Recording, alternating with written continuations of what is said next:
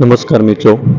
હું છું mister RK અને આપ સૌનું અમારી આજની આ યુટ્યુબ ચેનલમાં હાર્દિક સ્વાગત કરું છું, જેનું નામ છે કેમ છો ગુજરાત, મજામાં ને? મિત્રો, મારો આજનો આ જે ટોપિક છે એ આપણે ગુજરાતની અંદર 2016-17માં જે એસઆરપી અને જેલ સિપાહીની જે ભરતી થઈ હતી એ બાબતનો આ ટોપિક છે.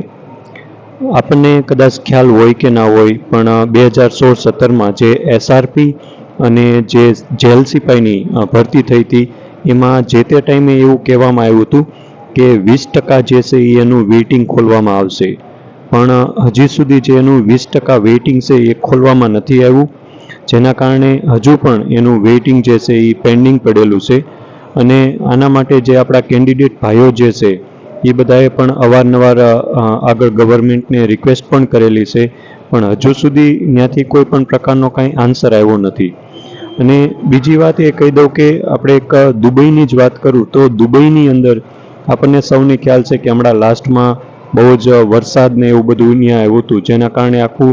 અર્થવ્યવસ્થા જે છે એ ત્યાંની સ્ટોપ થઈ ગઈ હતી, જેના કારણે ત્યાંની જે ગવર્મેન્ટ છે એને ફક્ત 10 દિવસની અંદર જ જે છે એ આખું દુબઈ જે છે એ ક્લીન કરીને એની અર્થવ્યવસ્થા જે છે એ ફરીથી શરૂ કરી દીધી હતી. જ્યારે આપણા દેશની અંદર 2016-17નું વેઇટિંગ લિસ્ટ જે છે એ હજુ પણ પેન્ડિંગ બતાવે છે, જ્યારે અત્યારે 2024 ચાલી રહ્યું છે, જ્યાં જોવા જાવ તો 7 વર્ષ વીતી ગયા, જ્યાં હજુ પણ આ વેઇટિંગનો કોઈ નિવાડો નથી આવ્યો. એટલે મારો કોઈ પણ પ્રકારનો સરકાર સામે આક્ષેપ નથી, પણ એક ફક્ત રિક્વેસ્ટ છે. આની પહેલાં પણ કેન્ડિડેટ ભાઈઓએ રિક્વેસ્ટ કરેલી છે, જેમાં ઉપરથી એવા પ્રકારનો આન્સર મળેલો છે કે ભાઈ એના ઉપર કામ ચાલુ છે, મતલબ એ ટૂંક સમયમાં જે છે એ પ્રોસેસ થઈ જશે,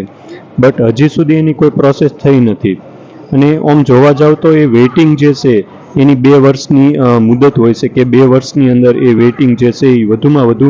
2 વર્ષ સુધી એ ઓપન થઈ શકે, પણ આ 2 વર્ષ કરતાં પણ વધુ સમય વીતી ગયો છે. તો આના માટે જે ઉપરથી સીએમ જે છે એની જ મંજૂરી જોઈએ, એની જો મંજૂરી હોય સીએમ સાહેબની તો જ આ જે વસ્તુ છે એ વેઇટિંગ ખુલી શકે. તો મારી એક આપણા સીએમ સાહેબને અને આપણા જે દેશની સરકાર છે, આપણી ગુજરાતની સરકાર છે, એને એક નમ્ર વિનંતી છે કે જે 2016-17માં જે 17,000+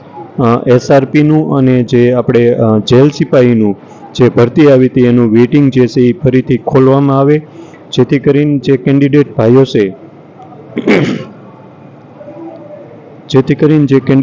છે જે દેશની સેવા કરવા માંગે છે, તો એ લોકોને દેશની સેવા કરવાનો પણ એક મોકો દેવામાં આવે અને આપણી અર્થવ્યવસ્થા જે છે એ થોડી સ્પીડથી ચાલે અને થોડા ડિસિઝન જે છે એ સ્પીડથી લેવામાં આવે, એવી મારી આપણી સરકારને એક નમ્ર વિનંતી છે, એક અપીલ છે કે આના ઉપર કંઈક વિચાર કરીને સમીક્ષા કરીને જે છે એ આનું વેઇટિંગ જે છે 16-17નું એસઆરપીનું જેલ સિપાહીનું એ વેઇટિંગ ફરીથી ખોલવામાં આવે, જેથી કરીને જે પણ કેન્ડિડેટ ભાઈઓ છે એ લોકોને બેરોજગારી પણ મળી રહે અને એ લોકોને જે છે મતલબ એ જે દેશની સેવા કરવા માંગે છે એના માટેનો એક મોકો પણ એને મળી રહે. અને ઓલરેડી આપણે જોવા જઈએ તો અત્યારે એસઆરપીમાં એમાં ઓલરેડી જગ્યા છે જ, તો ગવર્મેન્ટને એક નમ્ર વિનંતી છે, રિક્વેસ્ટ છે કે આ વેઇટિંગ ફરીથી ખોલવામાં આવે, જેથી કરીને કેન્ડિડેટ ભાઈઓ જે છે એ દેશની સેવા કરી શકે. બસ આ સાથે જ મારા શબ્દોને અહીંયા વિરામ આપું છું, અને જો આ વિડીયો પસંદ આવ્યો હોય તો વધુને વધુ લોકો સુધી શેર કરજો અને ચેનલને સબસ્ક્રાઈબ કરજો અને બેલ આઇકનને દબાવવાનું બિલકુલ નહીં ભૂલતા. જય હિન્દ, જય ભારત સાથે હું છું મિસ્ટર આરકે.